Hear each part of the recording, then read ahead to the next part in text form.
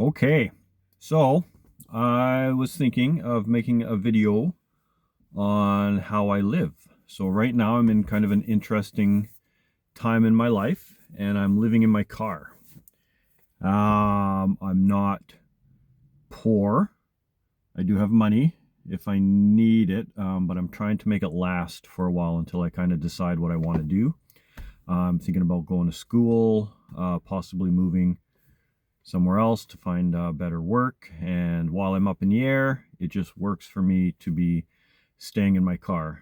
I do have a place available if I need it. My parents live about 8 hours away, and I say there's always a place available. But for right now, I kind of want to be closer to the action. And yeah, so um, one of the things I'm working on. So if I get a place, it's very expensive, and then I have to get a job, and then a lot of my income is just going to go to rent. So I'm kind of enjoying the freedom, and I'm enjoying the challenge of the constraints. It's interesting.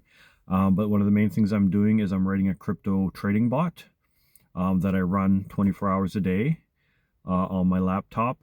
I bought a cheap laptop, installed Linux, Kubuntu, and I run it through the Wi-Fi or the data on my phone for the internet connection, and it just pulls the network all day long. And yeah, I run a crypto trading bot. So far, I'm running about even, so I'm not making money, but I'm not losing money yet. So we'll see what happens there. I've got some ideas, kind of tweak it a bit and maybe make it profitable. But it's a fun challenge, and I'm still working on it, hoping that maybe it'll turn into something. But a lot of the challenges I've had is keeping it powered on. So I have to charge it a lot, and that's been interesting because it runs 24 hours, and because my phone's data is running 24 hours, that uses up a lot of power too. So I basically have to charge it twice a day. It'll run for about 14 hours on its own. And in case I get in trouble, I did splurge a bit, and I probably shouldn't have, but I have a couple power banks that are kind of slow charging, but I bought this thing, Anker. It's like 150 bucks, and that's kind of my emergency thing. So it's 25,000 milliamp hours, but it's a fast charging one. And I like that it tells you when you charge this, it charges this fast as well. So this gets charged fast, and it charges whatever you're charging with it fast too. But I like that it tells you the wattage of so I can test all my cables and all my charging devices to get an idea of what kind of wattage they're putting out. But this is great. So if I get stuck and I can't charge, then I got a backup. Now this only charges over USB-C. So I ended up buying a computer. It's an IdeaPad 5, and I installed Kubuntu on it as well, but it charges over USB-C, and that's great. And I feel kind of bad because I bought it at a pawn shop, and I bargained with the guy, got him down about 50 bucks. And well, I basically said, I'll give you this for it. And he said, oh, here, I'll do this. And I was like, oh, okay, that works. But it came with a 65 watt USB-C charger, because so that was like an extra throw, and that's amazing because I can use that to charge my phone really quick, or the power bank. So yeah, this thing's been great, and I've got another smaller Linux that I run, that I have as a backup if I don't want to kill the battery on my big one and I want to do some programming or something, then I can do some stuff on this. So when I started doing this about probably 3 weeks, I've done it before in the past for a few months, but this stretch I've been out here for about 3 weeks, maybe 4 now. I was always going to McDonald's and libraries and all these different places. You kind of figure out where you can charge and stuff like that, and where you can sit without causing too much of a disturbance. I might have kind of got sick of it. So I got COVID, I think, 2 weeks ago. So I've been hiding out in my car a lot, and trying to stay out of the public and wearing a mask. I'm I think masks are okay, so I'll wear one if I'm feeling sick. But yeah, I ran into a lot of problems, and one of the things was I'd go to program at night and then I can't see the keyboard. So cool thing about this laptop is it's got a backlit keyboard, so I can program at night. And one of the best things I got is this board, because I can lay that down on my lap. I have to move my chair back, but I can lay this board on my lap, put my computer down, and bring out a mouse. I'll do that just to demo because it's super cool. Oops. And then usually my earphones too, because I got some music on there. I don't know if you can see it, but yeah, I got a little desk here and I can just sit here.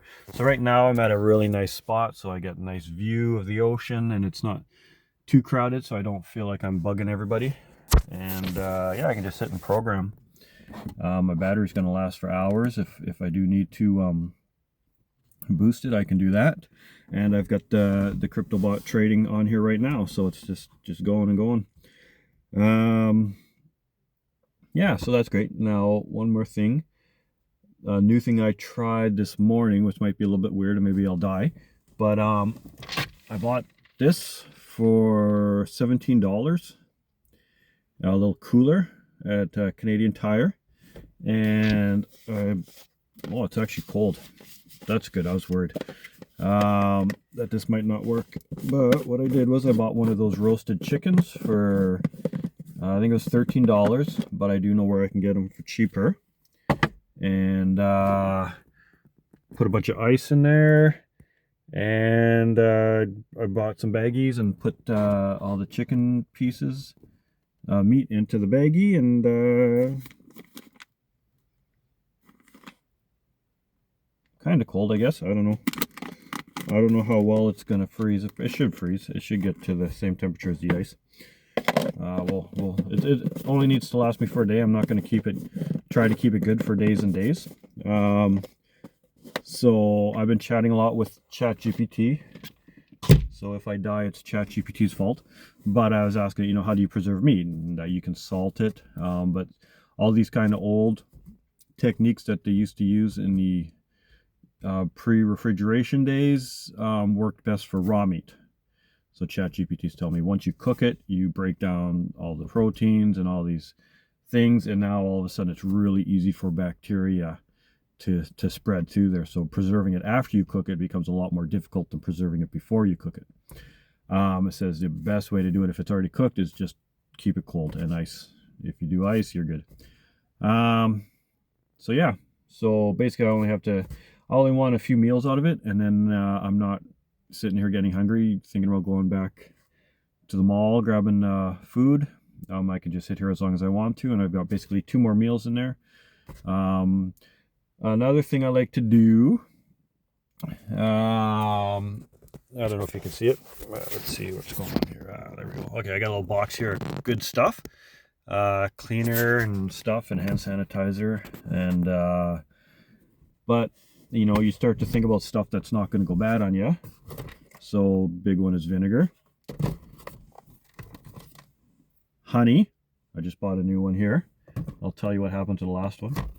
And oil. If you're looking to live really cheap, one of the cheapest things you can buy is a can of tuna. Now there's not a lot of fat in a can of tuna, so I like to put a little bit of extra oil in. But that's like $1, and that's a lot of protein. That's insanely cheap. If you're really looking to live cheap, tuna is amazing. What I'll do too is if you can buy a can of oysters for $2 and put that in with the tuna, and that kind of mix it all together. You get the oil in there, and then you get a lot more fat content, and it tastes way better than just plain tuna. But you can put a little bit of honey in tuna, or a lot, and it tastes really good too. So I'm in kind of an old vehicle. It's very small. I sleep back here. I just pulled out my fancy big sleeping bag that I got at a thrift store for $20. because it was kind of cold last night, and I'm using a little one, and I was using the big one as more of a kind of a mattress. But I ended up buying a big kind of a sofa mattress padding thing that works as a mattress now. So I'm breaking out the big sleeping bag, and I should be good tonight. Anyways, I can't remember what I was saying. Oh yeah. Yeah, okay, so oh yeah, I'm kind of a small vehicle. That's I forgot where I was going. And it's old. My parents bought this a long time ago, and it's just amazing. It just goes and goes and goes. But it's 2002, and one of the downsides to what I'm doing is I got ants in the vehicle because of the honey. And they were trying to get into the honey. I'd open it up and there'd be ants under the lid. So maybe not a great thing to do with a new vehicle. I don't know if having ants is going to lower the resale value, but I guess if you're careful, and I wasn't too careful, so what I ended up doing was kind of, well, so one great thing too is wet wipes is good for everything. But I'll wipe the outside of the honey now, and then I notice that the ants will climb up the side. Try to get to the top, so wipe things down, wipe off your dashboard a lot, and especially when you're eating in here, be careful with the crumbs. And yeah, so it's I guess one of the things I didn't see coming was ants, but I think they're mostly gone now. For the most part, I haven't seen too many lately.